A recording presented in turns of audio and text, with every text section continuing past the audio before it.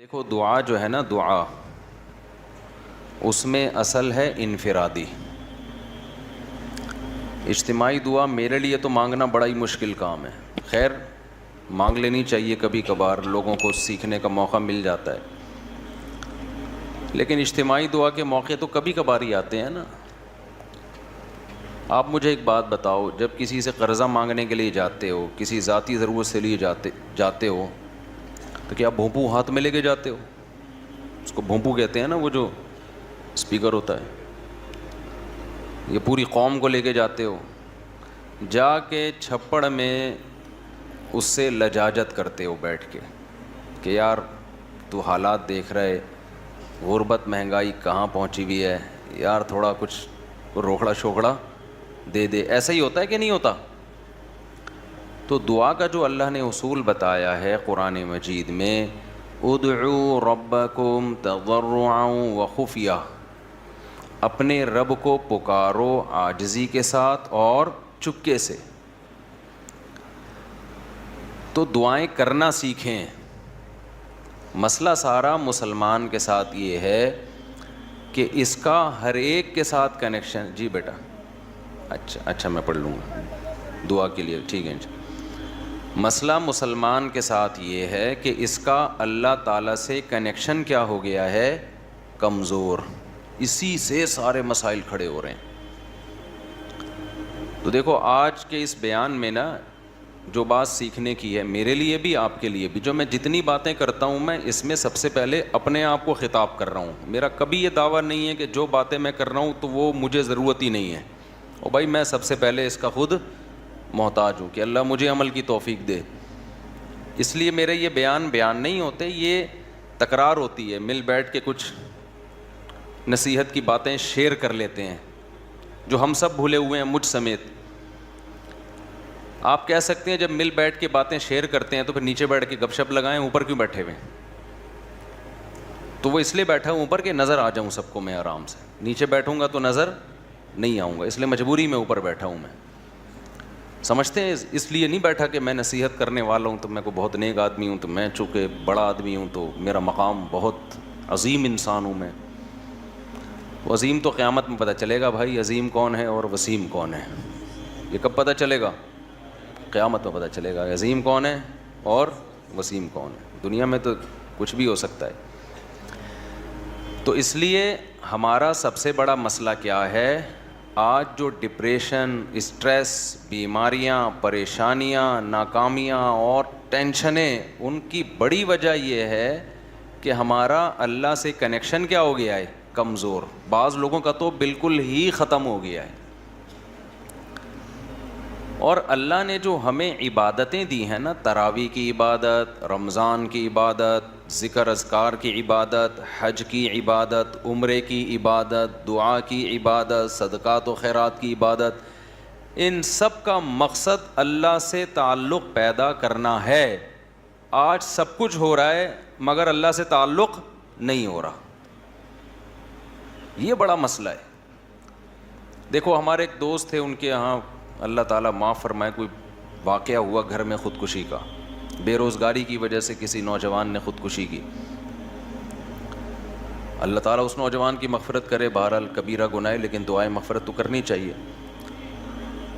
مجھے جب اطلاع ملی میں نے ان کے والدین کو سمجھایا. وہ بہت ٹینشن میں آئے نا ماں باپ کہ ہم نے بھی تانے دیے تھے اس کو بے روزگاری کے، تو اس کی ٹینشن اس نے زیادہ لے لی ہے.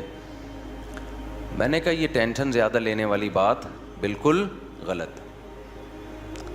بات یہ ہے کہ ہم نے اپنی ضرورتوں کے دائرے بہت زیادہ وسیع کر لی ہیں کیونکہ ہمارا اللہ سے کنیکشن نہیں ہے. اب چاہتے ہیں کہ سب کی توندیں فل بھریں، پیٹ بھریں، گھر بڑے بڑے ہوں، گاڑیاں سب کے پاس ہوں، بینک بیلنس سب کے بھرے ہوئے ہوں، بالکل عیش کی زندگی ہو، کوئی ٹینشن نہ ہو. اللہ تو ہے ہی نہیں نا بیچ میں. اللہ بیچ میں ہے ہی نہیں کہ اصل کامیابی ہے کہ خدا خوش ہو ہم سے. وہ تو ہے ہی نہیں، وہ تو مقصد ہی نہیں ہے. تو جب دولت کو باپ بنا کے، شہرت، عزت، خواہشات کو باپ بناؤ گے تو میرے بھائی کھمبوں سے ہی چپکو گے. پھر جا کے کوئی کھمبے سے چپکے گا، کوئی زہر پیے گا، کوئی کوئی نہیں بھی پیے گا نا تو ڈپریشن سے مرے گا, وہ برین ہیمریج سے مرے گا ڈپریشن میں. صحابہ کے پاس جو ہے نا 24 گھنٹے میں ایسے حالات بھی آئے ہیں کہ 24 گھنٹے میں ایک کھجور ہے کھانے کے لیے. وہ تو ٹینشن اور ڈپریشن کی گولیاں بھی نہیں کھا رہے تھے اس وقت. ایسے حالات آئے نا جنگوں میں کہ 24 گھنٹے میں کیا کھایا. ایک صحابی نے جب بتایا نا کہ ہم 24 گھنٹے میں پتہ نہیں 2-3 کھجوریں کھاتے تھے, لوگوں نے کہا اس میں گزارا کیسے ہوتا تھا. انہوں نے کہا ہم سوچتے تھے جب یہ بھی نہیں ملتی تھی, جب ایک کھجور ملتی تھی, ہم ان دنوں کو یاد کر کے 2 کھجوروں پہ خوش ہوتے تھے. لوگوں نے کہا بھائی جب ایک کھجور ملتی تھی اس پہ کیسے ٹینشن ختم ہوتی تھی. انہوں نے کہا ہم اس دن کو یاد کرتے تھے جب کھجوروں کی گٹلیاں چوسا کرتے تھے, کھجور بھی کھانے کو نہیں ملتی تھی. آج کباب پراٹھے کھا کے کھمبے پہ لٹکتا ہے جا کے. ٹینشن سے جو مرتا ہے نا خودکشی کرتا ہے. پہلے پیٹ بھرے گا, کھائے گا, نرم بستر پہ لیٹے گا, رات اس نے نرم بستروں پہ گزاری ہوگی. میرے بھائی اللہ سے تعلق پیدا کرنا صرف آخرت کے لیے ضروری نہیں ہے, دنیا کے لیے پہلے ضروری ہے. دنیا آپ کی اچھی نہیں ہو سکتی جب تک اللہ سے تعلق بحال نہیں ہوتا. ہم نے سورہ یوسف پوری پڑھ لی. یعقوب علیہ السلام کی ساری زندگی ٹینشنوں میں گزری ہے.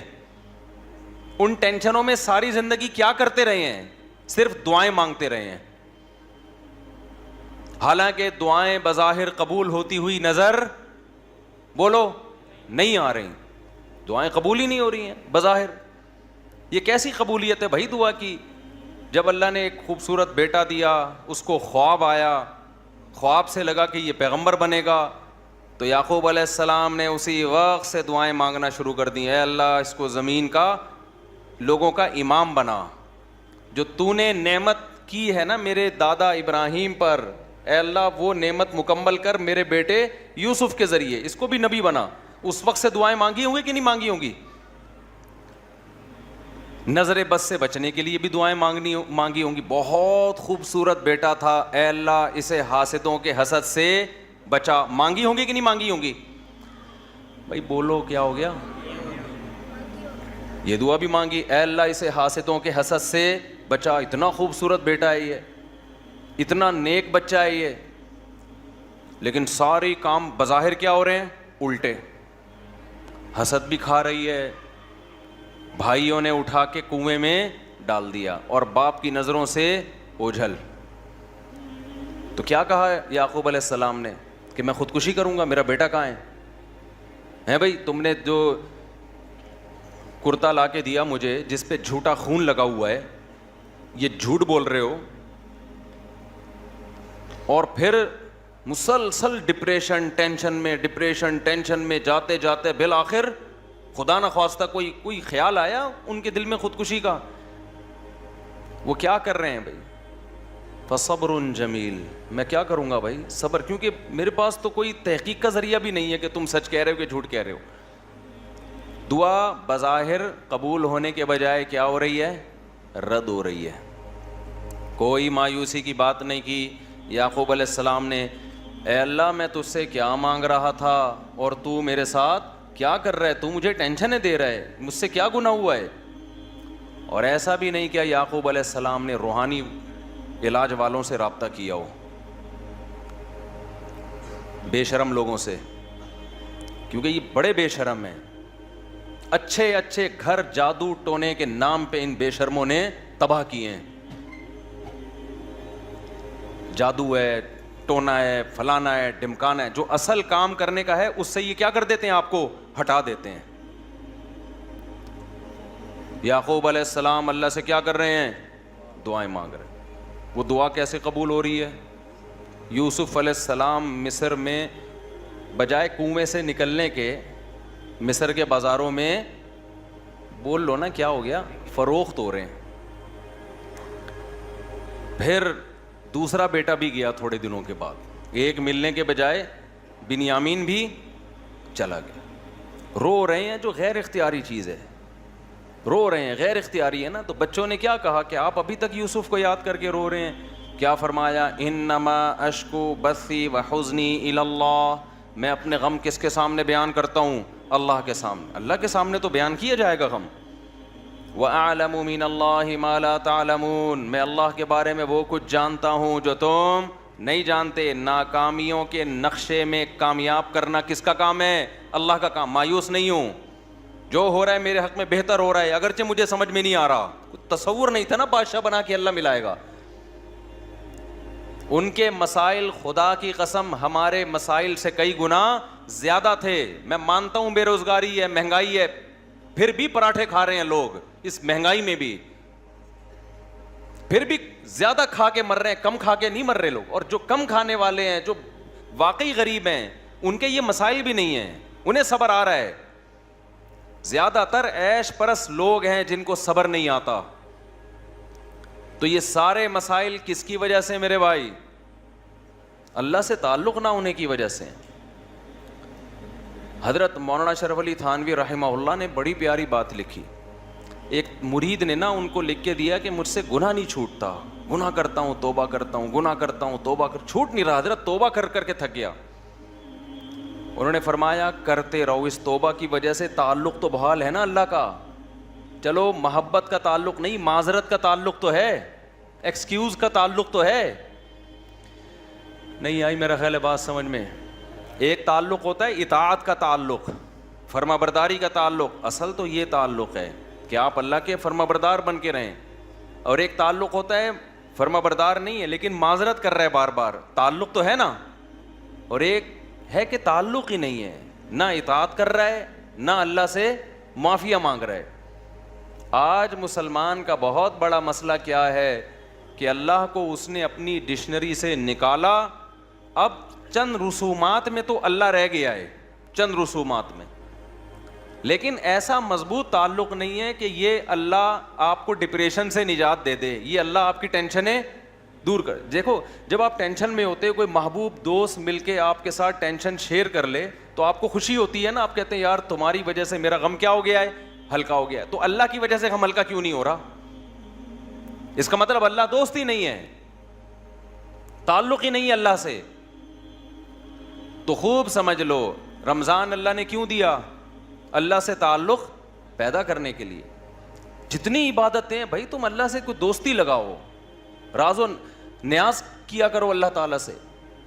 تو اللہ سے جو دوستی ہے نا اور تعلق ہے، اس میں سب سے زیادہ پاورفل چیز کیا ہے؟ وہ ہے دعا۔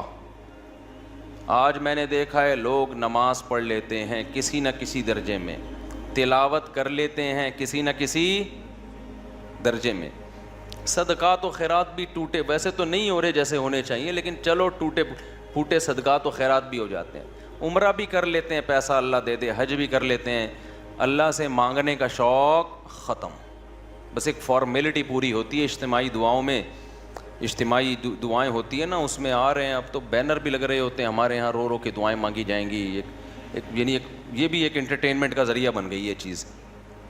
میں کسی کی نیت پہ شبہ نہیں کر رہا، ٹی وی میں پروگرام دیکھ لو پہلے، کئی اب پتہ نہیں آ رہے ہیں کہ نہیں آ رہے، باقاعدہ ٹھیے لگ رہے ہیں، ٹھیک ہے نا، اور پورا ایک انٹرٹینمنٹ ہو رہی۔ پورے سال خدا کے سامنے کبھی آنسو بہانے کا موقع کی توفیق نہیں ہوتی، گڑ گڑانے کی توفیق نہیں ہوتی، بہت بڑی دل کے اجڑنے کی دلیل ہے۔ تو جتنے یہاں پر لوگ بیان سننے آئے ہوئے ہیں، اعتکاف میں آئے ہوئے ہیں، نیت کریں کہ اس دل جس میں وحشت پیدا ہو چکی ہے اللہ سے، دل کی اس وحشت کو ختم کرنا ہے۔ میں جب حضرت مفتی رشید احمد صاحب رحمہ اللہ سے بیعت ہونے کے لیے گیا تو حضرت نے ہمیں کچھ معمولات بتائے، وہ معمولات آپ نے نہیں کرنے ہیں۔ آپ کہیں وہ کون سے معمولات ہیں؟ وہ میں بھی بتاتا ہوں، لیکن وہ آپ کے کرنے کے نہیں ہیں، اس کی وجہ بھی بتاؤں گا کیوں نہیں ہے۔ تو حضرت نے فرمایا کہ رات کو کسی بھی وقت قبلہ رخ ہو کے بیٹھ جایا کریں، جیسے بیٹھنا سہولت سے ممکن ہو، یعنی جس پوزیشن میں بیٹھنے میں سہولت۔ پھر کیا کرنا ہے؟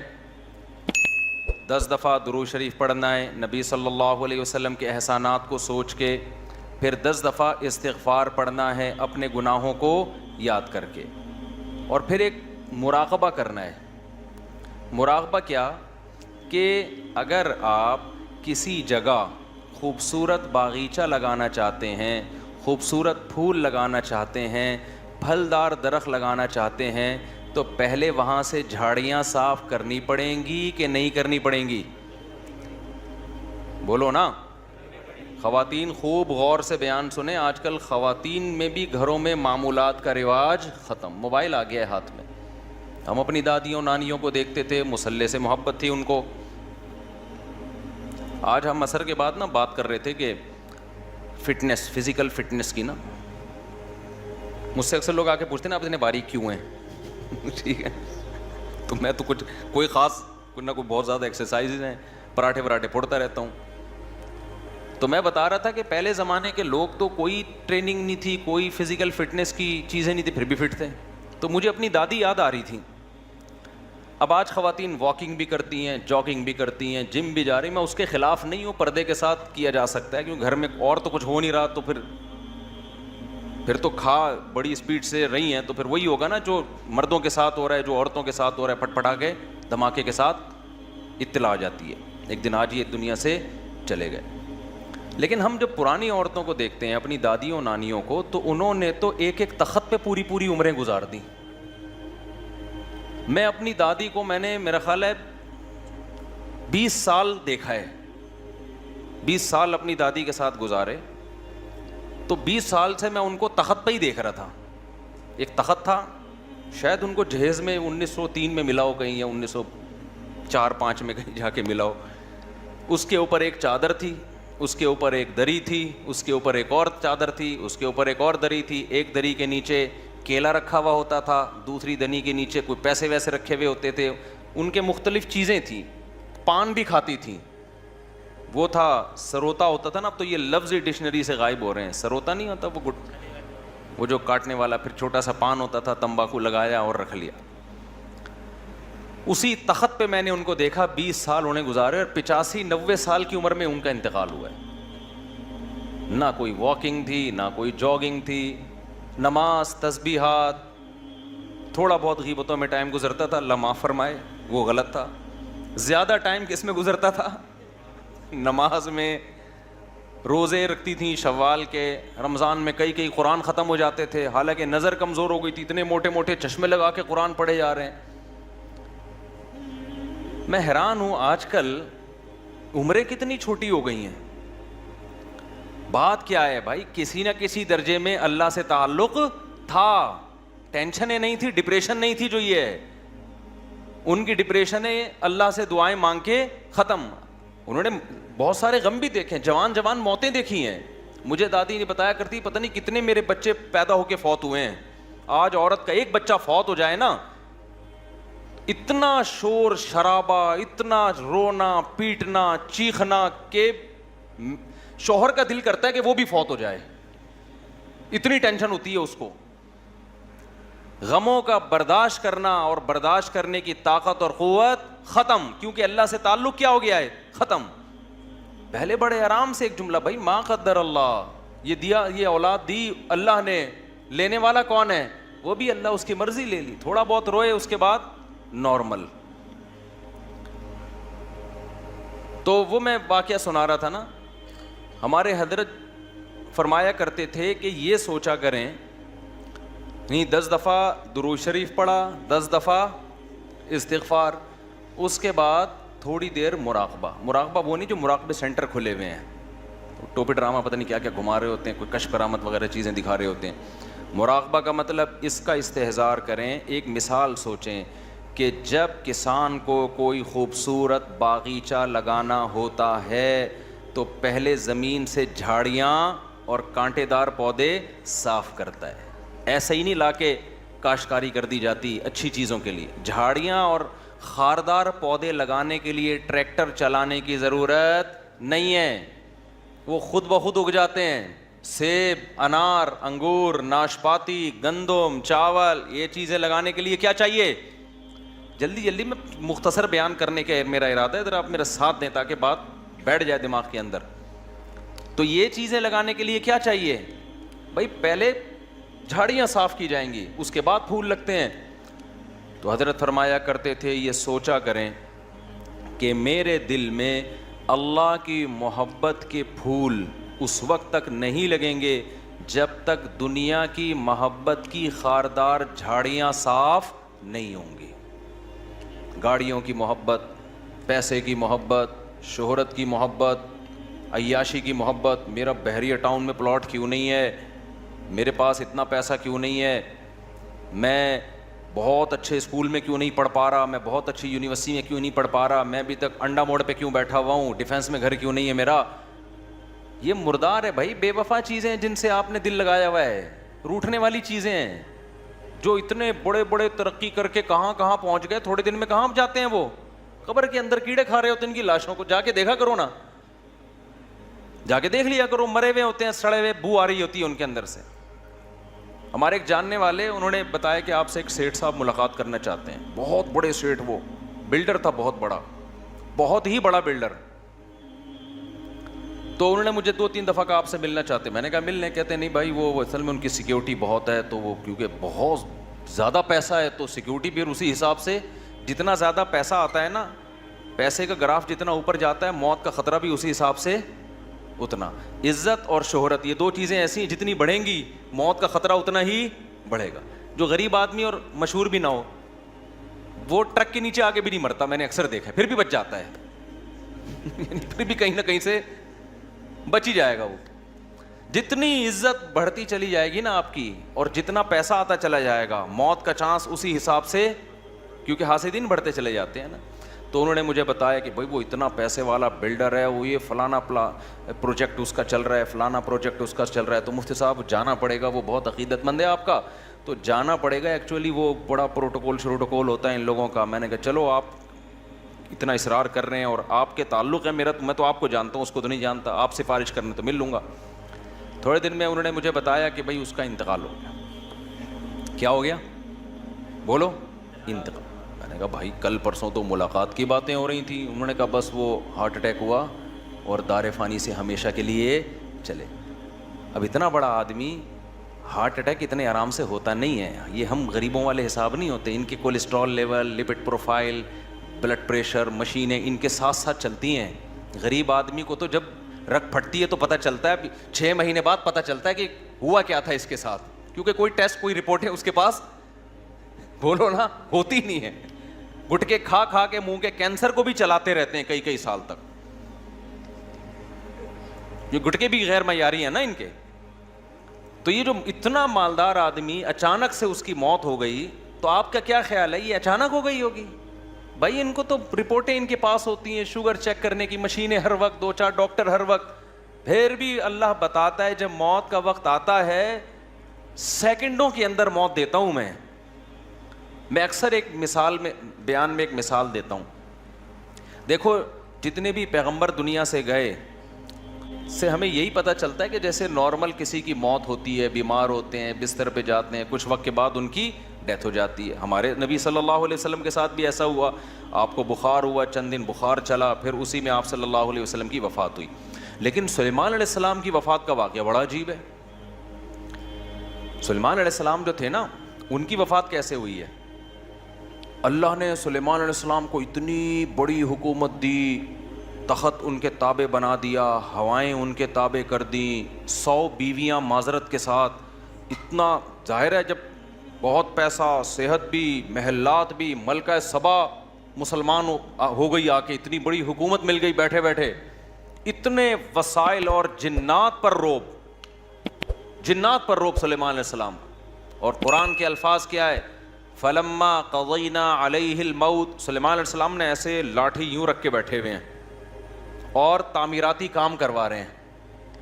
یہ جو احرام مصر ہے نا, کوئی بھروسہ نہیں ہے جنات نے بنایا, کیونکہ یہ عجائب دنیا کا ایک عجوبہ اسی وجہ سے ہے کہ سائنسدان اور ماہرین حیران ہیں کہ یہ بغیر جوڑ کے اتنی بڑی بڑی اینٹیں کون سی کرینوں نے لا کے یہاں رکھی ہیں. تو عین ممکن ہے جنات نے اٹھا کے پہاڑوں پہ رکھ دی ہوں. تو کوئی چیز کسی سے نہ اٹھ رہی ہو نا, وہ ایک ہاتھ, چلو یار پھر یہ بیان میرا ہٹ جاتا ہے, پورا جو ٹاپک چینج ہو جاتا ہے. اچھا, تو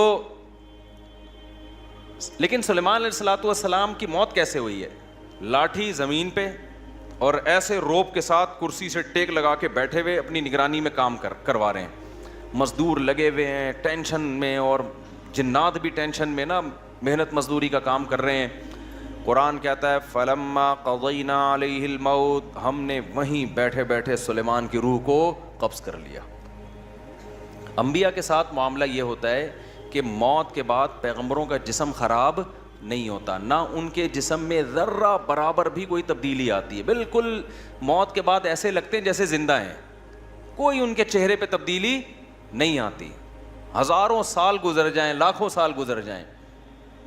اللہ نے پیغمبروں کے جسموں پہ نا، مٹی پہ پیغمبروں کے جسموں کو حرام کر دیا ہے، تو اب سلیمان علیہ السلام ایسے بیٹھے ہوئے ہیں اور آپ کی موت واقع ہو گئی، جنات لگے ہوئے ہیں کہ وہ سمجھ رہے ہیں کہ یہ کیا ہیں، زندہ ہیں۔ قرآن کہتا ہے کہ دیمک نے ان کی لاٹھی کو کھانا شروع کیا زمین میں، دابۃ الارض تاکل من سأتہ، وہ زمین کا کیڑا جو تھا نا، وہ کھاتے کھاتے جب وہ بیلنس آؤٹ ہوئے تو سلیمان علیہ السلام دھڑام سے زمین پہ گرے ہیں۔ تبینت الجن، جنات کو پتہ چلا وہ بھائی یہ کیا ہو گیا۔ اب سوال پیدا ہوتا ہے، اے اللہ تیرے اتنے محبوب پیغمبر جن کی تو اتنی تعریفیں کر رہا ہے اور تو نے ان کو دنیا میں ایسی حکومت دی، قرآن کہتا ہے کہ نہ ان سے پہلے ایسی حکومت کسی کو ملی نہ ان کے بعد ملے گی ایسی حکومت، اتنے وسائل، اتنی دولت، اتنی پاورفل ریاست، اتنے وسائل، 100 بیویاں کسی کو مل سکتی ہیں؟ اویلیبل ہی نہیں ہے مارکیٹ میں، مل سکتی ہیں کیا ہیں بھائی؟ لوگ ایک ایک کے لیے کنوارے چھڑے چھاٹ ترستے پھر رہے ہیں بیچارے، اور میرا خون پیتے ہیں آ کے کوئی رشتہ بتا دیں۔ تو میں کہتا ہوں یا تو رشتہ آئے گا، نہیں تو صبر کرو پھر فرشتہ آئے گا، دونوں میں سے ایک کام لازمی ہوگا۔ تو جب فرشتہ آئے گا تو پھر جنت کی حوروں سے ملا دے گا، پھر وہاں لائف کو انجوائے کرنا، زیادہ ٹینشن مت لو۔ تو ایسا کیا کیوں اللہ نے سلیمان علیہ السلام کے ساتھ؟ کیا حکمت تھی اس میں؟ بھائی اللہ یہ بتانا چاہتا ہے کہ ٹھیک ہے سلیمان کو میں نے خوش ہو کے دنیا دی ہے نا، لیکن میں تمہیں یہ بتانا چاہتا ہوں کہ یہ دنیا میں کسی کو ناراض ہو کے دوں یا خوش ہو کے دوں، چھیننے میں چند سیکنڈ بھی نہیں لگتے ہیں، اصل آخرت ہے۔ جب سلیمان کو دنیا اتنی دے دی اللہ نے اور چند سیکنڈ میں پوری دنیا ایک دم میں واپس لے لی، تو میں اور آپ کس کھیت کی مولی ہیں؟ ہم سمجھے جی میں نے اپنا گھر بنایا، اپنا خود میں نے دروازہ لگایا اس میں، اب میں کرائے کے گھر پہ نہیں رہتا، اب یہ میٹر بھی میرے نام کا ہے۔ اس پہ اترا رہے ہیں آج کل لوگ نا، میرا اپنا گھر ہے کہ کرائے ورائے پہ نہیں رہتے ہم، میری اپنی گاڑی ہے، اور رکشے والا میرا رکشہ ہے، صرف تم، اس کے پیچھے لکھا ہوتا ہے نا فخر سے، اور اس رکشے پہ اس کو اتنا فخر ہے، چپل لٹکائی ہوئی ہے کہ نظر نہ لگے اس کو۔ او بھائی ٹرک کو نظر لگی تھی تو یہ رکشہ بنا تھا، اب اس کو کیا مزید کیا نظر لگے گی؟ تو میرا گھر، میرا بنگلہ، میری گاڑی، ہر آدمی اسی بیوقوف اسی چکر میں لگا ہوا ہے۔ او بھائی ہماری ضرورت 2 وقت کی روٹی ہے بھائی، 2 وقت کی روٹی مل گئی، جسم کسی بڑی بیماری سے محفوظ ہے۔ اس کے بعد اگر آپ ٹینشن لے رہے ہو نا دنیا کی، تو یہ آپ کی کھوپڑی کا فالٹ ہے، یہ اس کی علامت نہیں ہے کہ اللہ کی طرف سے آپ پر مصیبتیں آ رہی ہیں۔ مصیبتیں کہاں آ رہی ہیں؟ صبح بھی کھانے کو ملتا ہے، شام کو بھی کھانے کو ملتا ہے۔ لوگ کہتے ہیں خالی کھانا ہی تو ضرورت نہیں ہے، جھوٹ بولتے ہیں لوگ، صرف کھانا ہی ضرورت ہے ہماری، باقی ساری آپ کی بنائی ہوئی ضرورتیں ہیں۔ جب بھی یہ بات کرو نا، لوگ کہتے ہیں مولویوں کو دیکھو، صرف کھانا ہی تھوڑی ضرورت ہے، صرف رات گزارنا ہی تھوڑی ضرورت ہے۔ تو کیا ضرورت؟ مسافر کو تو کھانا چاہیے اور سفر میں ٹائم پاس کرنے کے لیے اچھی سیٹ چاہیے نا، کہ اس میں آرام سے سو سکوں، کمر سیدھی کر سکوں۔ اب اکانومی کلاس میں آپ کمر سیدھی نہیں کر سکتے آپ جب تک برتھ کا انتظام نہ ہو، لیکن اس میں بھی لوگ کر لیتے ہیں۔ آپ اکانومی کلاس میں ٹرین میں بیٹھو، چادریں لگا کے سو رہے ہوتے ہیں، اس میں جھولے بھی مل رہے ہوتے ہیں، تو ضرورت کا خود ہی انتظام کر لیتے ہیں نا۔ تو بھائی ہمیں بھی رات کو سونے کے لیے کوئی سوٹیبل جگہ مل جائے، اور صبح اور شام ہمارا پیٹ کسی طریقے سے پورا نہ بھی بھرے، 1/3 بھی بھر جائے نا، جو ضروری ہے بس بہت ہے۔ اس کے آگے ساری غریبیاں ہیں، ان غریبیوں کے ملنے پہ خوش ہوا کرو، لیکن نہ ملنے پہ ٹینشن نہ لیا کرو۔ نہ ملنے پہ اگر ٹینشن ہو رہی ہے تو یہ دنیا مردار کے عاشق ہونے کی علامت ہے، اور جس دل میں دنیا مردار کی محبت آئے گی، اللہ کی محبت کا تو سوال ہی پیدا نہیں ہوتا۔ یہ 2 محبتیں ایک دل میں جمع نہیں ہو سکتی، تو اس گند کو پہلے دل سے نکالنا پڑے گا۔ جیب سے نہیں نکالو دنیا کو، دل سے نکالو۔ سمجھ رہے ہو کہ نہیں سمجھ رہے؟ جیب سے کا مطلب ہے سب کچھ لٹا دیا جا کے، نہ دل سے نکالو. جیسے جب آپ سفر کرتے ہو نا ٹرین میں یا بس میں, تو دل میں اس ٹرین اور بس کی محبت نہیں ہوتی, لیکن اس کو استعمال بہرحال کر رہے ہوتے ہو آپ کے. باہر سہولت کی چیز ہے یار, پیسے زیادہ ہوں گے تو جہاز میں چلا جائے گا آدمی. محبت تھوڑی کرتا ہے کہ اتنا اچھا جہاز ہے تو میں نے یہیں بیٹھے رہنا ہے, مجھے اٹھنا ہی نہیں یہاں سے. تو میں وہ بتا رہا تھا ہمارے حضرت کیا فرمایا کرتے تھے کہ جب بیٹھو تو 10 دفعہ استغفار, گناہوں کی معافی, 10 دفعہ درود شریف. پھر کیا کرنا ہے, یہ بہت اہم اس میں سبق ہے, اس لیے میں یہ بتا رہا ہوں کہ کیا یہ ہمیں نصیحت کرتے تھے.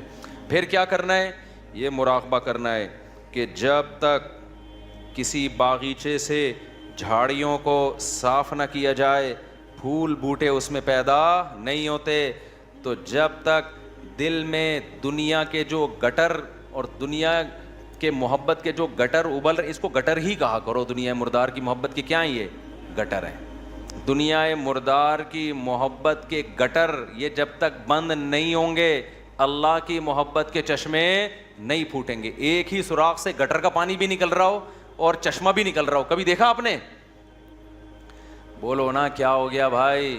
جس سوراخ سے چشمے نکلتے ہیں ان سے گٹر کے پانی نہیں نکلتے, اور جن سوراخوں سے, کراچی میں تو الحمدللہ یہ مثال سمجھانے کی ضرورت ہی نہیں ہے, ہر سوراخ سے گٹر کا پانی نکل رہا ہے. تو کبھی آپ نے دیکھا چشمے ابلتے ہوئے کراچی میں؟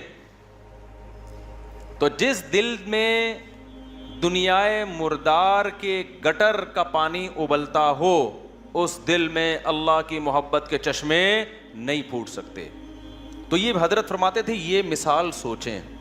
کیوں سوچیں آگے بتا رہا ہوں میں. پھر ایک اور مثال سوچیں, اور یہ ہمارے سب اکابر بتاتے رہے ہیں, صرف ہمارے حضرت کی بات نہیں ہے. دوسری کیا مثال, کہ جب سفید کپڑوں کو نیل لگایا جاتا ہے اس میں چمک پیدا کرنے کے لیے, تو پہلے میل کچیل کو صاف کیا جاتا ہے. ڈائریکٹ نیل نہیں لگا دیا جاتا ورنہ عجیب سا لگے گا وہ. پہلے اس کا میل اتارا جاتا ہے, اس کے بعد اس میں برائٹنس پیدا کرنے کے لیے, اٹریکشن پیدا کرنے کے لیے, اس گند اور میل کچیل کو دور کرنے کے بعد پھر اس کو نیل کے پانی میں ڈبویا جاتا ہے. پھر کیسا اجلا اجلا اور چمکتا ہوا نظر آتا ہے وہ. تو جب تک دل میں اللہ کے غیر کی محبت کا گند صاف نہیں ہوگا, اللہ کی محبت کے نیل سے دل چمکدار نہیں ہوگا. یہاں تک کھوپڑی شریف میں بات آ گئی ہوگی میرا خیال ہے. پھر حضرت فرماتے تھے پھر اس کے بعد کیا کرنا ہے. ابھی تو یہ سوچنا ہے نا, سوچنے کے بعد کیا کرنا ہے. پھر اس کے بعد قبلہ رخ بیٹھ کے لا الہ الا اللہ کی ضرب لگانی ہے. آپ لوگ یہ کام نہ شروع کر دیں, وجہ میں بتاؤں گا آخر میں. لا الہ کرتے ہوئے کیا کرنا ہے, دائیں طرف سر کو لے کے جانا ہے, اور توجہ یہ کرنی ہے کہ دل سے لا الہ کا مطلب کوئی معبود نہیں, کوئی محبوب نہیں, کوئی بھی نہیں ہے. دل میں دل سے کیا کرنا ہے, سب کو نکال کے باہر الا اللہ. پھر واپس گردن کو لانا ہے اور دل پہ چوٹ مارنی ہے, کس کی؟ الا اللہ. لا الہ الا اللہ, لا الہ الا اللہ. کوئی نہیں ہے, صرف کون ہے؟ اللہ. تو اس کوئی نہیں میں نا یہ سارا گند نکالنا ہے. یہ گاڑی بھی نہیں ہے, یہ بنگلہ بھی نہیں ہے, یہ پیسہ جس پہ رالیں ٹپکتی رہتی ہیں ہر وقت, اور کسی کو کوئی معشوق ہو اس کو بھی نکال دو اسی بہانے, موقع اچھا ہے. پاگل ہو رہا ہے اس کے پیچھے, اپنی صحت خراب کر رہا ہے, اپنا ایمان خراب کر رہا ہے. تو لا الہ دل سے باہر, الا اللہ صرف کون؟ اللہ. جب بار بار یہ ذکر ہوتا ہے نا, لا الہ الا اللہ, لا الہ الا اللہ, لا الہ الا اللہ, لا الہ الا اللہ, لا الہ الا اللہ, آہستہ آہستہ ذہن بننا شروع کہ میرا معبود اور میرا محبوب کون ہے؟ الا اللہ, بس اللہ ہے. اس پہ میرا خیال ہے کسی کو علمی لحاظ سے اشکال ہو سکتا ہے, بھائی اس حدیث, اس ذکر کا اور اس اسٹائل کا قرآن و سنت میں کوئی ثبوت, اس ذکر کا تو ہے لا الہ الا اللہ کا, اس اسٹائل کا تو کوئی ثبوت نہیں ہے. تو خوب سمجھ لیں کہ بطور علاج جب کوئی چیز کی جاتی ہے نا, اس کو تصوف میں شغل کہا جاتا ہے. ایک ہوتا ہے ذکر, ایک ہوتا ہے شغل. تو جو بطور علاج کے جو چیز کی جاتی ہے, مائنڈ بنانے کے لیے کی جاتی ہے, اس کے لیے ثبوت کی ضرورت نہیں ہوتی, اس کے لیے ثبوت کی ضرورت نہیں ہوتی. اس کو سنت اگر کوئی سمجھے گا تو پھر کیا ہے؟ پھر یہ بدعت عمل ہے بھائی. قرآن و سنت سے اس انداز کا کوئی ثبوت نہیں ہے. لیکن ایک چیز تجربے سے ثابت ہو جائے کہ اس کا فائدہ ہو رہا ہے, اور فائدہ ہو کے وہ چیز حاصل ہو رہی ہے جو اللہ چاہتا ہے, تو پھر اس کے لیے ثبوت کی ضرورت نہیں ہے. ہاں اگر یہ اجتماعی سطح پہ لوگوں کو بلا بلا کے یہ سیٹ اپ شروع ہو جائے نا, تو پھر یہ بدعت کا ذریعہ ہونے کی وجہ سے کیا ہوگا, پھر ناجائز ہوگا. تو آپ یہ کام نہ کریں, کوئی بدعت نہ بن جائے نہیں. لیکن ایک کام آپ لازمی کر لیں, جو میں نے اتنا لمبا چوڑا آپ کو یہ پورا طریقہ بتایا نا, آپ یہ نہ کریں یوں گردنیں, بعض لوگوں کے فرما بھی ٹیڑھا ہو جاتا ہے اس سے, یوں کرنے کے بعد پھر اٹھ ہی نہیں پا رہے نا, وہ ایسے ہی ہو گئے. تو یہ کام نہ کریں, بدعت کا کوئی ذریعہ نہ بن جائے. جب تک کسی شیخ سے باقاعدہ اصلاحی تعلق نہ ہو اور اس کی ہدایات اور رہنمائی نہ ہو, خود سے یہ کام نہ کریں. ایسی چیزوں سے بدعتیں پھر پھیلتی ہیں سوسائٹی میں. تو آپ نے کیا کرنا ہے, اللہ سے تعلق بحال کرنا ہے نا, تو اس کے لیے میں طریقے بتا رہا ہوں آپ کو. روزانہ صبح اور شام میں لا الہ الا اللہ کے ذکر کا معمول بنانا ہے. 10 دفعہ کم سے, دیکھو تبلیغ والے تسبیح بتاتے ہیں, تیسرا کلمہ 100 دفعہ, 100 دفعہ استغفار, 100 دفعہ درود شریف, صبح بھی اور شام بھی. اصل تو یہ ہے, کیونکہ تیسرے کلمے لا الہ الا اللہ خود بخود آ گیا ہے. میں اس سے بھی آسان پیکیج بتا رہا ہوں. اصل تو وہ ہے جو تبلیغ والے بتاتے ہیں. میں کیا بتا رہا ہوں اس سے بھی, کہ یار وہ نہیں ہوتا تو لا الہ الا اللہ بیچ میں سے نکال لو نا, اسی کا وظیفہ پڑھ لو, اسی کو پابندی سے پڑھ لو.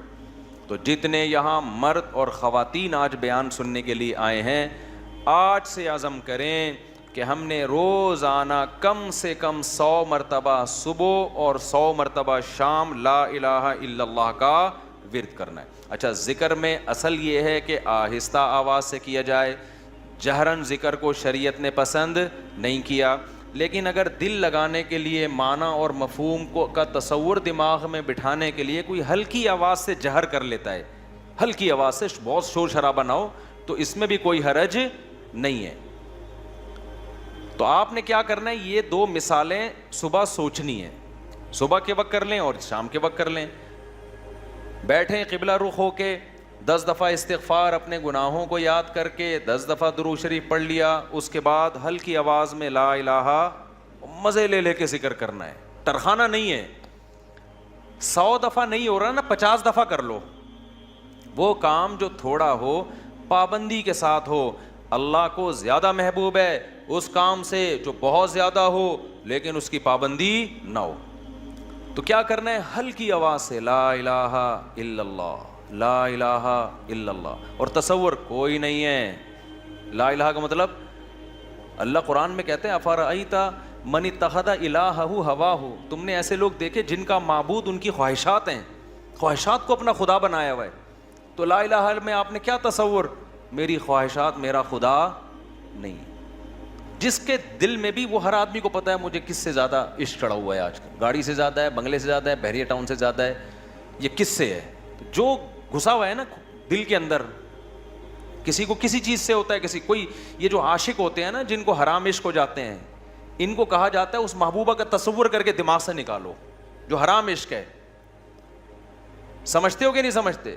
تو آج سے یہ وعدہ کرتے ہیں کہ نہیں کرتے, 10 دفعہ استغفار, 10 دفعہ درود شریف. پھر یہ مثال بھی سوچنی ہے کہ جب تک جھاڑیاں صاف نہ کی جائیں, پھول بوٹے اس کھیتی میں پیدا نہیں ہوتے. تو میں نے بھی جب تک یہ گند اپنے دل سے نہیں نکالوں گا نا, اس وقت اللہ کی محبت کے چشمے نہیں پھوٹیں گے. اسی نیت سے کہتا ہوں لا الہ, کوئی نہیں ہے الا اللہ. صرف کون ہے, خدا کی قسم لا الہ الا اللہ اگر آپ نے چند مہینے کر لیا, اتنا فائدہ ہوگا کہ آپ کی زندگی تبدیل ہو جائے گی. اور جتنے نفسیاتی ڈاکٹر جو آپ کو مختلف قسم کی ڈپریشنوں کے علاج بتا رہے ہیں نا, سارے فیل ہیں اس کے سامنے. لیکن شیطان کرنے نہیں دیتا کام. 2 دن کریں گے, صوفی بن کے بیٹھ جائیں گے, اس کے بعد اب یہ تو ایسی, یہ تو کچھ فائدہ تو ہو نہیں رہا. چھوڑو یار, اللہ کا نام لینے کی توفیق تو مل رہی ہے نا, فائدے کو مت دیکھو. یہ نہیں دیکھنا کہ فائدہ ہو رہا ہے کہ نہیں, بس نام بھی اللہ کا لینے کی توفیق مل گئی تو یہ فائدہ بھی بہت ہے, لیکن ہوگا فائدہ انشاءاللہ. ایک کام یہ کرنا ہے پوری زندگی پابندی کے ساتھ. اور اگر کسی سے بیٹھا نہیں جاتا, بعض لوگ ایسے ہیں کہ ان کے اسپرنگ لگے ہوئے ہیں, وہ ایک جگہ بیٹھ ہی نہیں سکتے. جہاں بیٹھیں گے اسپرنگ ان کو اٹھا کے دوسری جگہ لے جائے گا, وہاں بیٹھیں گے اسپرنگ اٹھا کے ان کو تیسری جگہ لے جائے گا, وہ بیٹھ ہی نہیں سکتے. تو چلتے پھرتے کر لو یار, جس طرح آپ کا دل لگ رہا ہے, آپ کا دماغ معنی اور مفہوم کی طرف جا رہا ہے, اس طرح کر لو. سمجھتے ہو کہ نہیں سمجھتے؟ نہیں بیٹھا جا رہا, چلتے ہوئے کر لو, ڈرائیونگ کے دوران کر لو, لیکن ترجمہ اور مفہوم سوچ کے یہ ذکر کرنا ہے. سمجھتے ہو؟ دوسرا کام, اللہ سے تعلق بحال کرنے کے لیے روزانہ ایک ٹائم دعا مانگنے کا معمول بناؤ. اللہ سے گڑ گڑا کے دعا مانگا کرو, دل لگے یا نہ لگے. باتیں کرنا سیکھو. لوگ کہتے ہیں ہمارے پاس الفاظ ہی نہیں ہوتے دعا کے. آ جائیں گے آہستہ آہستہ, جب کرتے رہو گے نا الفاظ بھی اللہ سکھا دے گا. آدم علیہ السلام نے جب توبہ کی ہے, قرآن سے پتہ چلتا ہے ان کے پاس الفاظ نہیں تھے کہ اللہ سے کیسے توبہ کروں میں. پریشان تھے, توبہ کے الفاظ نہیں تھے. قرآن کہتا ہے فَتَلَقَّىٰ آدَمُ مِن رَبِّهِ, رب نے آدم کو سکھائے الفاظ کہ یہ الفاظ سے دعا مانگو. تو جب آپ اللہ کے سامنے گڑ گڑاؤ گے تو انشاءاللہ اللہ آپ کو الفاظ بھی سکھاتا رہے گا. دعا ہی میں ایک اور کام کرو, ایک کتاب آتی ہے مناجات مقبولہ. کیا نام ہے کتاب کا؟ مولانا اشرف علی تھانوی رحمہ اللہ تعالیٰ نے قرآن اور سنت میں صحیح احادیث میں جتنی دعائیں ہیں ان تمام دعاؤں کو ایک چھوٹے سے کتابچے میں جمع کر لیا ہے. یہاں تک بات کلیئر ہو گئی؟ پھر کیا کیا ہے؟ اب ساری دعائیں روزانہ مانگنا تو بڑا مشکل ہے, تو بہت ساری دعائیں ہیں, تو انہوں نے ان ساری دعاؤں کو 7 حصوں میں ہفتے کے 7 دنوں میں ڈیوائڈ کر دیا ہے. اس سے وہ پڑھنا کیا ہو گئی ہیں؟ آسان. پھر لکھ دیا ہے ہفتے کی دعائیں, اتوار کی دعائیں, پیر کی دعائیں, منگل کی دعائیں, بدھ کی دعائیں, جمعرات کی دعائیں, جمعے کی دعائیں. تو جہاں جمعے کی دعا اسٹاپ ہو رہی ہے وہیں اسٹاپ کر دو, کیونکہ اب جو مناجات مقبولہ مل رہی ہے اس میں پھر لوگوں نے اپنی غریبیاں بھی بہت آگے لگا دی ہیں. تو آپ نے یہاں, میرا خیال ہے میں نے ساتھیوں سے کہا تھا رکھوائیں مناجات مقبولہ. یہ کوئی بزنس نہیں ہے, پتہ چلا مفتی صاحب منجن بیچ رہے ہیں اپنی کتابیں بیچ کے بغیر پروفٹ کے. یہاں میرا خیال ہے مل جائیں گے. ہے بھائی, تو میں نے بولا تھا سب کے لیے لے کر آؤ. بس یہ تو اللہ ان سب کو ہدایت دے. کل سے میں چیخ رہا ہوں کہ لوگ زیادہ ہوں گے, مناجات مقبولہ بہت زیادہ تعداد میں ہونی چاہیے تاکہ سب لوگ خریدیں. جی چلیں, آپ یہاں 150 ہوں گے اعتکاف والوں کے لیے, لیکن کسی کو فری پھوکڑ میں نہیں دینا ہے. فری والا کام ہمیشہ اس کا کوئی فائدہ نہیں ہوتا, پیسے خرچ کر کے لینی ہے, کوئی پروفٹ نہیں ہے. تو باقی لوگ بنوری ٹاؤن سے بھی ملتی ہے, ہر جگہ سے مل جاتی ہے, ٹھیک ہے نا. وہ کتاب خواتین بھی رکھیں, مرد حضرات بھی گھر میں رکھیں. اس سے فائدہ کیا ہوگا؟ ویسے الگ سے بھی دعا ہاتھ اٹھا کے اخپل طریقے سے مانگیں, رٹے رٹائے الفاظ نہ ہو, آپ کے اپنے الفاظ ہوں. اور دوسرا, اس دعا کو بھی روزانہ پڑھنے کا معمول بنائیں. اس سے فائدہ کیا ہوگا؟ اس میں قرآن و سنت کی جتنی دعائیں, پیغمبروں کی دعائیں ہیں, اللہ نے جو دعائیں ہمیں خود سکھائی ہیں, وہ ساری ایک ہفتے میں آپ مانگ لو گے. تو یہ کوئی کم فضیلت ہے؟ بہت بڑی فضیلت ہے. اور پھر ایک اور خاندانی فائدہ ہوگا, جب آپ وہ پابندی سے پڑھنے کا معمول بناؤ گے نا, تو 6-7 مہینے, سال کے بعد جا کے وہ ساری دعائیں آپ کو یاد ہونا شروع ہو جائیں. ایک وقت آئے گا آپ کے سینے میں دعاؤں کا بہت بڑا ذخیرہ ہوگا. تو معمول بناؤ گے کہ نہیں بناؤ گے؟ مناجات مقبولہ خریدیں. اس کا یہ مطلب نہیں کہ الگ سے دعائیں نہیں, وہ الگ سے مانگنی ہے. کتنے کام ہو گئے؟ 3 کام. چوتھا کام دعا, وہ تو میں پہلے بتا چکا ہوں, یہ تیسرے کام میں آ گیا. چوتھا کام آپ نے کیا کرنا ہے؟ روزانہ کم سے کم 1 پارے کی تلاوت کرنی ہے. موبائل سے جان چھوٹے گی نا, لوگ کہتے ہیں پھر بھائی سارا دن موبائل میں لگے رہتے ہیں, تو موبائل نہیں ہو تو کیا کریں؟ تو یہ کام کریں گے تو پھر تھوڑا بہت موبائل کے لیے وقت بھی آپ کو مل جائے گا. تو پہلے اپنے آپ کو اچھے کام میں بزی تو کریں نا. تو کیا کرنا ہے؟ روزانہ 1 پارہ قرآن کی تلاوت. اگر آپ اٹک کے پڑھتے ہیں, 1 پارہ پڑھنا بہت مشکل ہے, تو ٹائم کر لیں آپ کہ میں روزانہ آدھا گھنٹہ قرآن مجید کی تلاوت کروں گا. یہ بھی مشکل لگ رہا ہے تو زیادہ فنٹر بننے کی ضرورت نہیں ہے, آپ کہیں 25 منٹ کروں گا. یہ بھی مشکل لگ رہا ہے تو کوئی بات نہیں, 20 منٹ پہ لے آئیں. یہ بھی مشکل لگ رہا ہے 15 منٹ پہ لے آئیں. یہ بھی مشکل لگ رہا ہے آپ بولیں صرف 10 منٹ میں تلاوت کروں گا. کوئی ٹینشن کی زیادہ کے چکر میں نہ پڑیں. شیطان کیا کہتا ہے, تو بہت نیک آدمی, یہ 10 منٹ سے کیا ہوتا ہے, سارا مسئلہ یہاں سے خراب ہوتا ہے. آپ 10 منٹ بیٹھ جاؤ قرآن لے کے. وہ 10 منٹ جو پابندی کے ساتھ ہو اس 2-3 گھنٹے کی تلاوت سے بہتر ہے جس میں 2 دن بہت بڑا ولی اللہ بنا ہوا ہے, اس کے بعد مارکیٹ سے شارٹ ہو گیا. آئی بات سمجھ میں؟ تو روزانہ کیا کرنا ہے؟ تلاوت کا معمول بنانا ہے. کتنے کام ہو گئے؟ 4. 5واں کام کیا کرنا ہے آپ نے؟ دیکھو قرآن میں تہجد کی اتنی زیادہ فضیلت اللہ نے بیان کی ہے نا کہ ایسا لگتا ہے کہ جو جنت میں جائیں گے وہ تہجد تو پڑھتے ہی ہوں گے لازمی. یعنی قرآن سے ایسا لگتا ہے, کہیں بھی ایسا نہیں ہے کہ جنتیوں کی صفت بیان کی اور تہجد کا اس میں تذکرہ نہ ہو. تو ہمت کر کے نا رات کو 2 سے 4 رکعتیں کم از کم پڑھنے کا معمول بنا لو. اور اس 4 اور جو دعا کرو گے نا وہ اسی 4 رکعتوں کے بعد, وہ جو ایک معمول میں نے بتایا نا دعا کا, کیونکہ سب سے زیادہ قبولیت کا وقت کون سا ہے؟ رات کا آخری. تو ہماری خواتین کو بھی ان چیزوں کا اہتمام کرنا چاہیے اور ہمارے مردوں کو بھی. آپ دیکھنا انشاءاللہ زندگی میں آہستہ آہستہ زبردست تبدیلی آنا شروع ہوگی, سکون آنا شروع ہوگا گھروں میں, اطمینان. ایک دم سے نہیں ہو جاتا سب کچھ, تھوڑا سا اللہ سے کنیکشن بحال ہونا شروع ہوگا. اور یہ تو ہے, یعنی یہ فرائض واجبات کے بعد کی بات کر رہا ہوں. اور دوسرا جو اللہ کے مخلوق کے حقوق ہیں ان میں سب سے بڑا حق یہ ہے کہ مخلوق پہ پیسہ خرچ کیا جائے. انگریزوں والے اخلاق سے کچھ بھی حاصل نہیں ہوتا, لوگ تعریفیں کر دیتے ہیں بہت اچھے. گورا کیا کرتا ہے؟ مسکراتا بہت ہے, وہ کبھی غصہ نہیں آئے گا اس کے, اچھی بات ہے, یہ کوئی بری چیز نہیں ہے. روکھڑا نہیں نکلتا اس کی جیب سے. بات آ رہی ہے سمجھ میں؟ ابے بھائی بس یہ کہہ کے بیان ختم کر رہا ہوں. گورا پتہ ہے کیا ہے؟ بہت اچھا ہے. کیوں؟ جب آپ سے ملے گا نائس ٹو میٹ یو, آپ سے مل کے مجھے خوشی ہوئی.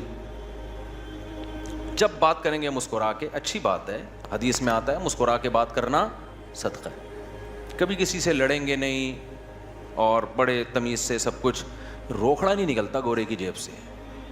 آپ جو دیکھ رہے ہیں نا بل گیٹس وغیرہ بہت زیادہ پیسہ ان کے پاس ہے, تو یہ جو کر رہے ہوتے ہیں نا یہ ان کے چونی اٹھنی ہوتی ہے, سمجھتے ہو؟ یہ جو اتنا خود ٹرسٹ میں دے رہے ہوتے ہیں یہ ان کی چونیاں اٹھنیاں ہیں. تو اٹھنی نئی جنریشن کو تو اٹھنی کا مطلب ہی نہیں پتا کیا ہوتی ہے. نئی جنریشن جو ہے نا کچھ دنوں میں کہے گی کہ ہمارے ابا نا, ابے تو غریب آدمی, صرف 5,000 کا نوٹ تجھے جیب خرچی میں ملتا ہے, تجھے شرم نہیں آتی؟ یہ 5,000 کی یہ ویلیو ہونے والی ہے ابھی تھوڑے دنوں میں. تو خیر اللہ تعالیٰ نے ہمیں حکم دیا ہے وفی اموالہم حق للسائل والمحروم, ان کے مالوں میں جو ضرورت مند لوگ ہیں ان کا حق ہے.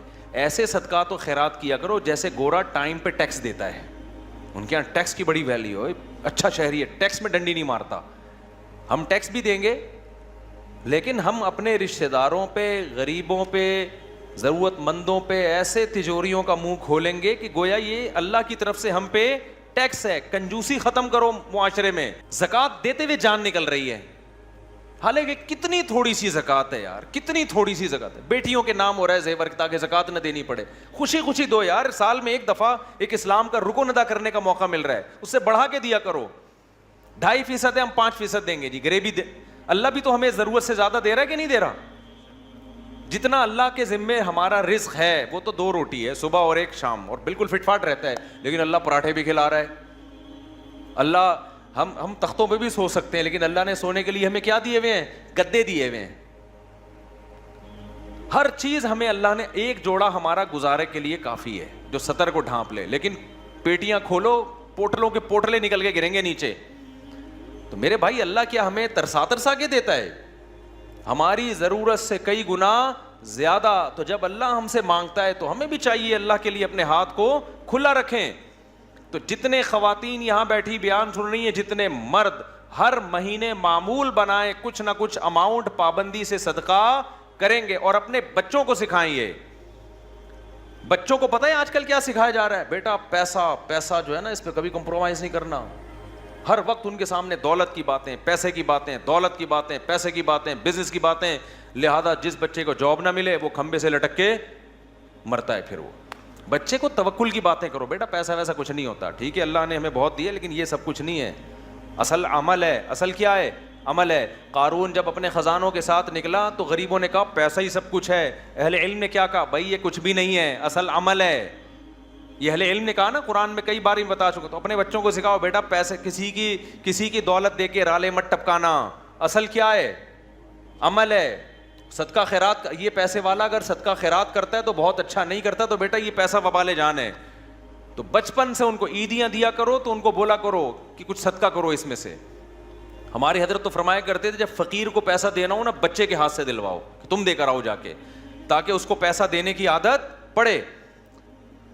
اپنے بچوں کے سامنے اپنی بہنوں پہ خرچ کیا کرو, اپنے رشتہ داروں پہ خرچ کیا کرو, تاکہ ان کو بھی بڑے ہو کر عادت پڑے کہ ہم نے بھی کیا کرنا ہے, اپنے بہن بھائیوں پہ خرچ کرنا ہے. ابا مر رہا ہوتا ہے, وصیت کر رہا ہوتا ہے میری بیٹیوں کا خیال کرنا, اگلا بول رہا تھا تو نے کون سا اپنی بہنوں کا خیال کیا کبھی زندگی میں؟ دادا یہی حسرتیں لے کے دنیا, ان کی بہنوں کی تو وراثتیں کھا کے بیٹھا ہوا ہے ابا ہمارا, پھپھیوں کی وراثتیں کھا کے, ہوتا ہے نا, ابا نے سارا وہ اسی سے تو چل رہا ہے. تو بھائی دل بڑا کرو گے تو اللہ بھی کیا کرے گا, ہاتھ اپنے بڑے. اور دل کنجوس کرو گے نا, ایسے بچا بچا کے گلک لا کے دیے ہوئے بچوں کو کہ گلک میں, میرے اللہ کا بڑا فضل ہے, جب میں بچپن میں گلک رکھتا تھا نا تو مجھ سے 2-4 دن تک چلا ہی نہیں جاتا تھا وہ. اس کے بعد لات مار کے توڑتا تھا, بھائی جا کلفی کھا, آئس کریم کھا. یار ہم جاتے تھے ٹافیاں کھا رہے ہوتے تھے اور پتہ نہیں کون سی چھالیاں اور سوف, ہم سے ہوا ہی نہیں ہے کام, اللہ نے بچایا ہمیں اس لعنت سے. اب گلک یار ایک ٹینشن ہے بھائی, مجھے کلفی کھانے کا بھی دل چل رہا ہے, دل چاہ رہا ہے, اور پیسے میں چمنی کس میں ڈال رہا ہوں, گلک میں. ٹینشن ہے یار, کھاؤ, کل کس نے دیکھی ہے. اسراف نہ کرواؤ کہ بھیک مانگ مانگ کے کھانا شروع کر دے لوگوں سے. لیکن بچوں کا دل کیا کرو, جب عیدیاں دیا کرو بیٹا بھائیوں کو بھی کھلانا, باہر دوستوں کو بھی کھلانے والا بن, کھانے والے دنیا میں بہت ہیں, پھوڑنے والے کیا ہیں, بہت ہیں, کھلانے والے کم ہیں. اللہ کی عادت کھانا ہے یا کھلانا ہے, تو اللہ کو پسند بھی کون ہے, کھلانے والا. اور خوب سمجھ لو, زیادہ سے زیادہ غریب ہو جاؤ گے نا, لوگ کہتے ہیں بھائی غریب نہ ہو جائیں, حدیث میں آتا ہے سب سے بہتر صدقہ وہ ہے تأمل الغنا و تخشى الفقر, جس صدقے میں تمہیں ڈر لگے کہ کل میں غریب نہ ہو جاؤں, اور صدقہ نہ کرنے میں امیدیں ہوں کہ مالدار ہو جاؤں گا. اس کنڈیشن میں جو صدقہ کیا جائے گا وہ کیا ہے, سب سے بہتر. تو ایسا نہ ہو کہ حاتم طائی کی قبر پہ جا کے لات مار دیں اور سب چیریٹی کر کے کل بھیک مانگنے آئے ہو مجھ سے چندہ. تو میں تو موٹیویشن کے لیے کہہ رہا ہوں, لیکن جو کنجوسی مارکیٹ میں چل رہی ہے وہ مسلمانوں کا کلچر نہیں ہے. یہ ہم لوگوں نے غیر مسلموں سے سیکھی ہیں یہ چیزیں. نہ وہ تو بیوی پہ خرچ کر رہے ہیں, نہ وہ اولاد پہ خرچ کر رہے ہیں, وہ تو 2 بچے پیدا کم بخت اس لیے کر رہے ہیں, 2 سے زیادہ نہ ہو کہ خرچ نہ کرنا پڑ جائے ان کے اوپر. تو جس کم بخت کی یہ سوچ ہو کہ اپنی اولاد کے لیے, اولاد پیدا کرنے کے لیے تیار نہ ہو کہ خرچ کرنا پڑے گا, ان سے کیا سخاوت کی امیدیں لگاؤ گے بھائی آپ؟ وہ آپ کو سخاوت سکھائیں گے. خرچ کرنے کا سب سے بہترین محل تو ماں باپ اور اولاد ہیں, انہی کے لیے تو انسان کماتا ہے. کوئی بات نہیں, پیدا ہوں گے کھلائیں گے, کوئی بات نہیں. اور بچے کہیں نا کہ ابا کھانے کو روٹی نہیں ہے, بیٹا روٹی ضروری نہیں ہے, اللہ پیٹ ضرورت کا. ہمارے نبی کو تو 40 دن روٹی نہیں ملتی تھی, کوئی ضروری نہیں ہے, جتنی ضروری ہے اتنی اللہ دے دیتا ہے. باقی اللہ زیادہ دے رہا ہے تو شکر ادا کرو, نہیں دے رہا ہے تو کیا کرو. آج لوگ کہتے ہیں غربت کی وجہ سے نا لوگ ڈپریشن میں جا رہے ہیں, خودکشیاں ہو رہی ہیں. بھائی غربت کی وجہ سے نہیں, تربیت نہ ہونے کی وجہ سے ہو رہا ہے یہ.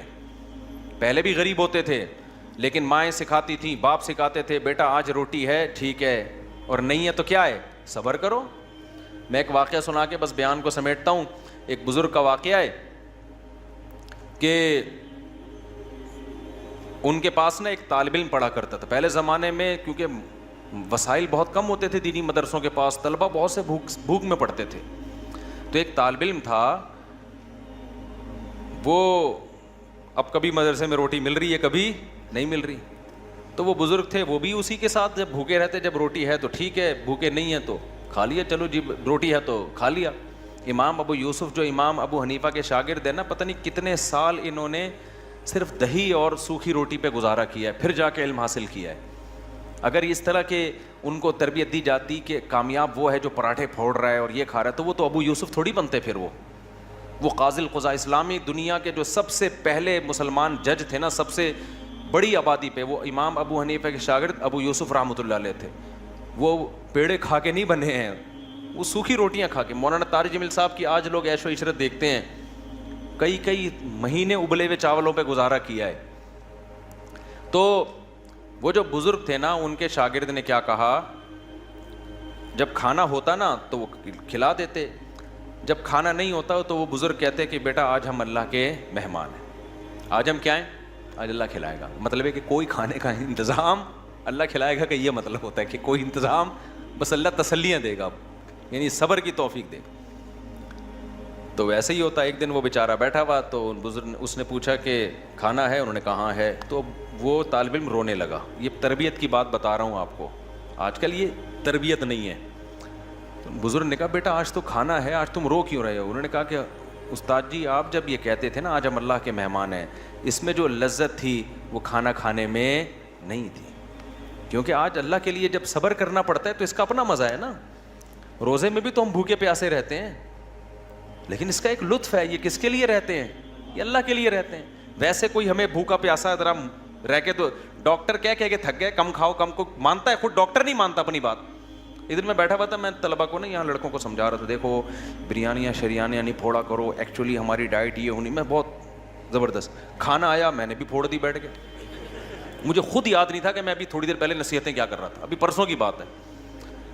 تو یہ مجھے کہنے لگے آپ تو سمجھا رہے تھے یہ کھاؤ. میں نے کہا بے بھائی اس تقریر کو الگ رکھ, کھانے کے بعد دوبارہ ہم اس پہ ڈسکس کریں گے, ابھی بھوک لگ رہی ہے, پھوڑنے تھے. تو بھائی جو سمجھا رہا ہوتا ہے وہ بھی پھوڑتا ہے, ڈاکٹر خود پھوڑ رہے ہوتے ہیں. لیکن کیسے اللہ کے کہنے پر یار اللہ ہمیں توفیق دیتا ہے, پورا مہینہ کھانا پینا ایسا جام ہوتا ہے, ایک قطرہ حلق میں پانی کا نہیں اترتا. یہ خدا کے حکم کے بغیر ممکن نہیں ہے. تو اس کا اپنا ایک سکون ہے, ایک لذت ہے اس میں. ٹینشن تھوڑی اتنی انسان پال سکتا ہے, یہ اس میں ایک خاص لذت ہے کہ کس کے لیے یہ اللہ کے لیے ہے. تو یہ جو میں نے آپ کو معمولات بتائے ہیں, کوشش کریں گے نا اس پر عمل کرنے کی. صدقہ بھی کرنا ہے, خیرات بھی کرنا ہے, اور خواتین نے بھی خیرات کرنا ہے. نبی صلی اللہ علیہ وسلم نے خواتین کو الگ سے حکم دیا کہ تم صدقات و خیرات کی کرو اور اس آگ سے بچو جس سے بچنے کا اللہ نے حکم دیا. اب خواتین کہیں گی ہم کہاں سے صدقہ خیرات کا معمول بنائیں؟ بھائی آپ صدقہ خیرات کا ایسے معمول بنائیں کہ اگر کوئی پاکٹ منی شوہر کی طرف سے ملتی ہے اس کو تھوڑا بچا لیا کریں کہ بھائی اتنا میرا ہے, باقی کیا کرنا ہے. یا اگر کوئی سورس آف انکم ہے اس میں سے کچھ خاص کر لیں. یا یہ بھی نہیں ہے, کچھ بھی نہیں مل رہا, تو نبی صلی اللہ علیہ وسلم نے فرمایا جو عورت شوہر کے پیسے صدقہ کرے شوہر کی اجازت سے, اپنے پاس صدقے کے لیے کچھ بھی نہیں ہے, شوہر سے یہ کہے کہ میں نے فلاں کو صدقہ کرنا ہے, میرے پاس پیسے نہیں ہیں, آپ مجھے اتنے پیسے دے دو تاکہ مجھے صدقے کا ثواب مل جائے. شوہر انسان کا بچہ تھا, اتفاق سے اس نے بھی کچھ پیسے نکال کے بیگم کو دے دیے کہ چل بھائی تیرے پاس نہیں ہے تو میں تجھے دے دیتا ہوں. تو نبی نے فرمایا کہ شوہر کو بھی مکمل ثواب ملے گا صدقے کا, اور عورت کو بھی مکمل, حالانکہ پیسہ عورت کا خرچ نہیں ہو رہا ہے. سمجھتے ہو کہ نہیں سمجھتے ہو؟ تو اس لیے بھائی اس صدقات و خیرات کا معمول بناؤ, اس کی عادت ڈالو. یہ چند معمولات ہیں جو ہم نے پورے سال پابندی سے کرنے. اللہ تعالیٰ سمجھنے کی, عمل کی توفیق عطا فرمائے.